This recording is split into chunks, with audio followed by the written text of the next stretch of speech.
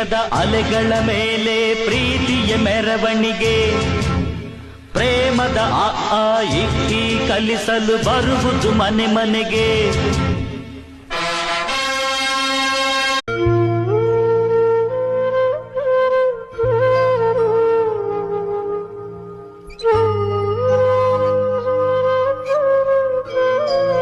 ನೀವು ಪ್ರೀತಿಸೋ ವ್ಯಕ್ತಿ ಏನಾದ್ರೂ ನಿಮ್ಗೆ ಅಲ್ಲೋಗ್ಬೇಡ ಇಲ್ಲೋಗ್ಬೇಡ, ಜಾಸ್ತಿ ಹೊತ್ತು ವಾಟ್ಸಪ್ ಅಲ್ಲಿ ಆನ್ಲೈನ್ ಅಲ್ಲಿ ಇರಬೇಡ, ಎಲ್ರ ಜೊತೆ ಸಲಿಗೆಯಿಂದ ಬೆರಿಬೇಡ ಅಂತ ಹೇಳ್ತಾ ಇದ್ದಾರಾ? ಅದು ಎಲ್ಲೋ ಒಂದು ಕಡೆ ನಿಮ್ಗೆ ಅನುಮಾನ ಅಂತ ಅನಿಸ್ತಾ ಇದೆಯಾ? ಅಂದ್ರೆ ಅವ್ರಿಗೆ ನಿಮ್ ಮೇಲೆ ನಂಬಿಕೆನೇ ಇಲ್ಲ ಅಂತ ನಿಮ್ಗೆ ಅನಿಸ್ತಾ ಇದೆಯಾ?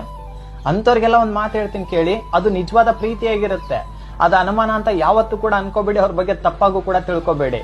ಯಾಕಂದ್ರೆ ಇವತ್ತಿನ ಕಾಲದಲ್ಲಿ ಏನಾಗಿದೆ, ಇಬ್ಬರ ನಡುವೆ ಬೆಸ್ಟ್ ಫ್ರೆಂಡ್ ಜಸ್ಟ್ ಫ್ರೆಂಡ್ ಅಂತ ಯಾರನ್ನ ಬಿಟ್ಕೊಂಡ್ರೆ ಸಂಬಂಧಗಳು ಎಷ್ಟು ಹಾಳಾಗ್ತಾ ಇದೆ.